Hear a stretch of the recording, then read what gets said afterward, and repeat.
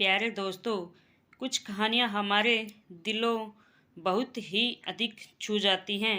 ये कहानी emotional story शर्मिंदा भी ऐसी ही एक कहानी है जो कि आपके दिल को छू जाएगी। इस कहानी को अंत तक ज़रूर देखना। एक दूध वाला था। पूरी कॉलोनी के लोग उसी से दूध लेते थे। हमने भी नया नया उस कॉलोनी में घर बनाया था। मेरे परिवार में मैं, मेरे पति और एक छोटी बेटी मुन्नी थी। मुन्नी की उम्र लगभग 3 साल होगी। हमने भी उसी दूध वाले से दूध लगाने की सोची। कॉलोनी के लोग बोलते थे कि इस दूध वाले का दूध बहुत अच्छा होता है। इसका दूध कभी बेकार नहीं होता। सब लोग पानी मिलाकर ले आते हैं, लेकिन यह बिल्कुल शुद्ध दूध देता है। मुझे उनकी बात पर विश्वास नहीं हुआ। मैं शक्की मिजाज थी। आज के समय में कौन ऐसा बंदा होगा जो दूध में पानी ना मिलाता होगा। पहले दिन जब वह दूध देने आया तो मेरे साथ साथ मेरी बेटी मुन्नी भी आ गई। मैंने दूध वाले को दूध करने के लिए अपना बर्तन दिया तो मैंने देखा कि मेरी बेटी मुन्नी भी दूध लेने के लिए अपना दूध पीने वाला कप उठाकर ले आई। मैंने मुन्नी को डांटते हुए कहा, मुन्नी, यह बहुत गलत बात है, ऐसा नहीं करते। अभी थोड़ी देर बाद मैं तुम्हें दूध गर्म करके तुम्हारे कप में दे दूंगी। जाओ, अंदर जाओ और इसको रख कर आओ। दूध वाला बोला, बहन जी, आप बच्चे पर नाराज मत हो। बच्चे तो भगवान का रूप होते हैं। ला बेटा, अपना कप मुझे दे दो। और उस दूध वाले ने मुन्नी से उसका कप लेकर उसका कप दूध से पूरा भर दिया। मुन्नी बहुत खुश हुई। मुन्नी को खुश देखकर दूध वाला भी बहुत खुश हुआ। उसने मुन्नी के सर पर प्यार से हाथ फेरा और चला गया। यह रोज़ का नियम बन गया। वह दूध वाला जब भी आता तो मुन्नी अपना कप उसको देती और वह कप को दूध से भर देता। कभी कभी मौका मिलने पर मेरी अनुपस्थिति में वह मुन्नी के साथ दूध बांटना भूलकर खेलने लग जाता और मुझे देखकर वह चुपचाप निकल पड़ता। मुझे यह सब बड़ा अजीब लगता था। मैंने मुन्नी को बहुत बार समझाया कि वह दूध वाले के साथ इस तरह ना खेला करे। उसके सामने अपना कप लेकर ना आया करे। ऐसे लोग अच्छे नहीं होते। मौका पड़ने पर ये तुम्हें नुकसान पहुंचा सकते हैं, उठाकर ले जा सकते हैं। पर वह तो बच्ची ठहरी। वह मेरी इन बातों को कहाँ समझेगी। उसने मेरा कहना नहीं माना, पता नहीं क्यों। शायद मुन्नी को भी दूध वाला अच्छा लगता था। महीना पूरा होने पर जब मैंने दूध वाले को रुपये दिए तो उसमें उस कप के रुपये भी जोड़ लिए थे जिसमें दूध वाले ने मुन्नी को दूध दिया था। लेकिन दूध वाले ने सिर्फ वही रुपये लिए दूध उसने मुझे दिया था। मुन्नी को दिए दूध के उसने कोई रुपया नहीं लिया। वह बोला, इसके रुपये मैं नहीं लूँगा, ये मैं अपनी खुशी से मुन्नी को देता हूँ। इस तरह उससे दूध लेते लेते 9 महीने हो गए। एक दिन दोपहर के समय अचानक किसी ने डोर बेल बजाई और जब मैंने दरवाज़ा खोला तो देखा कि सामने दूध वाला खड़ा है। दूध वाला बोला, बहन जी, मेरी पत्नी की तबीयत अचानक खराब हो गई है।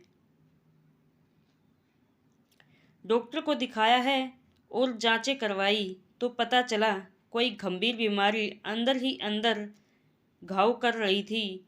उसके इलाज के लिए रुपये इकट्ठे करने हैं। आप मुझे इस महीने के रुपये एडवांस दे दीजिए और हो सके तो अगले महीने के भी मैं जल्द से जल्द आपके रुपए चुका दूंगा,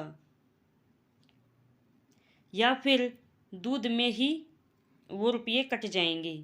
मैंने सोचा कि शराब या जुआ खेलने के लिए रुपये की ज़रूरत होगी, लेकिन पत्नी की बीमारी बताकर रुपए लेने आया है।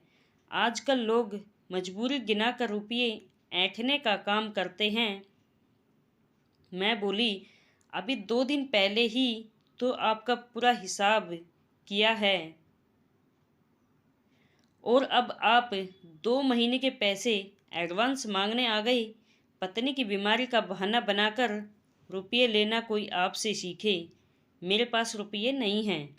यह बोलकर मैंने अपना दरवाज़ा बंद कर लिया। वह बोला, बहन जी, अगर रुपये नहीं देने हैं तो मत दीजिए, पर आप मुझे झूठा मत बोलिए। मैं कहीं और से रुपये का इंतज़ाम करने की कोशिश करता हूँ। बड़ी उम्मीद से मैं आपके पास आया था। यह बोलकर वह वहाँ से चला गया। इसके बाद वह दूध वाला काफ़ी दिनों तक उस कॉलोनी में नहीं आया। मैं सोचने लगी, अच्छा हुआ जो मैंने रुपये नहीं दिए, वरना रुपये मर जाते। कॉलोनी के सभी लोगों ने भी उसका इंतज़ार करके दूध किसी और दूधिये से लगा लिया और मैंने भी 1 साल बाद एक दिन सब्जी मंडी में सब्जी खरीदते वक्त अचानक मेरी नज़र दूध वाले पर पड़ी। उसने मैंने कुचले कपड़े पहने हुए थे। देखने में पहचानने में भी नहीं आ रहा था, लेकिन वह दूध वाला ही था। उसकी हालत खराब दिख रही थी। मैंने उसको देखकर नज़रअंदाज किया और आगे बढ़ने लगी। तभी अचानक पीछे से दूध वाले की आवाज़ आई, बहन जी, ज़रा रुकिए। पहचाना आपने? मैं दूध वाला। आप कैसी हो? मुन्नी कैसी है? ठीक तो है ना? अब तो काफ़ी बड़ी हो गई होगी। मेरा दूधिये से बोलने का बिल्कुल मन नहीं था, लेकिन फिर भी मैंने उसके सवालों के जवाब दिए। मैं ठीक हूँ और मुन्नी भी ठीक है। आप बताओ, आपके परिवार में सब लोग कैसे हैं? मेरी यह बात सुनकर दूधिये की आंखें नम हो गई और वह बताने लगा, बहन जी, आपके घर से आने के बाद मेरे से कहीं भी रुपये का इंतज़ाम नहीं हो पाया और मेरी पत्नी की उसी रात ही तबीयत ज़्यादा बिगड़ गई। उसके इलाज में मेरी जमा पूंजी सब खर्च हो गई और साथ साथ जिस घर में हम रहते थे उस घर को भी बेचकर भी उसके सब रुपए पत्नी पर लग गए। 1 महीना इलाज कराने के बाद भी वह बच नहीं पाई। यह सुनकर मुझे बड़ा धक्का लगा। मैं सोचने लगी, सच में इसकी पत्नी बीमार थी और मैंने रुपये होने के बावजूद इसकी कोई मदद नहीं की और इसको देखकर मुंह मोड़ लिया। मैं आत्मग्लानि से भर गई। मैंने उनसे पूछा, आपके परिवार में अब कौन कौन हैं? वह बोला, सिर्फ मैं। पहले उसकी एक छोटी बच्ची थी, मुन्नी जितनी, लेकिन तेज बुखार के कारण अब से 5 साल पहले वह दुनिया छोड़कर चली गई। इसके बाद जब आपकी कॉलोनी में दूध देना शुरू किया तो आपकी मुन्नी को देखा तो कहीं न कहीं मुझे भी अपनी बेटी की झलक उसमें दिखाई दी। वह भी मुन्नी की तरह अपनी कटोरी लेकर मेरे पास आती और बोलती, इसमें दूध भर दो, और मैं उसकी कटोरी में दूध ऊपर तक भर देता और फिर दूध पीकर वह बहुत खुश होती थी। मुझे आपकी मुन्नी में अपनी बेटी नज़र आई इसलिए मैंने उसके दूध के रुपये नहीं लिए जो मैं मुन्नी को देता था। अब तो मैं यही सब्जी मंडी में काम करता हूँ और इसी तरह मेरे खाने का इंतज़ाम हो जाता है। घर परिवार तो है ही नहीं, इसीलिए यहीं कहीं सो जाता हूँ। इतना बताकर वह चुप हो गया। फिर मुझसे बोला, बहन जी अब चलता हूँ, काम करना है। आपको मंडी में देखा तो खुद को रोक न पाया। सोचा मुन्नी का हाल चाल पता कर लूँ।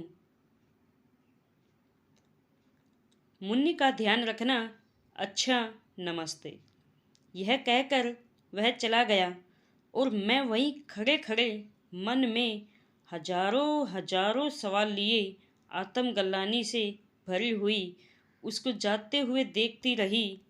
मुझे खुद पर शर्म आ रही थी। ऐसा लग रहा था कि मैंने कितना बड़ा पाप किया है। भले ही उसकी पत्नी बच पाती या नहीं, लेकिन मुझे मदद करनी चाहिए थी। किसी की उम्मीदों को टूटने नहीं देना चाहिए था। मन में हजारों सवाल लिए मैं भारी कदमों से घर की तरफ चल पड़ी। हमें कभी भी किसी को बिना सोचे समझे उसके ही बनाना चाहिए। हर कोई झूठा नहीं होता। हर किसी की कोई न कोई मजबूरी होती है और हमें हर किसी की मजबूरी को समझना चाहिए। दोस्तों, ऐसी ही हिंदी कहानियाँ, इमोशनल स्टोरी, हिंदी स्टोरी देखने के लिए मेरे यूट्यूब चैनल मेरी कहानियों को भी सब्सक्राइब कर लो। Thank you.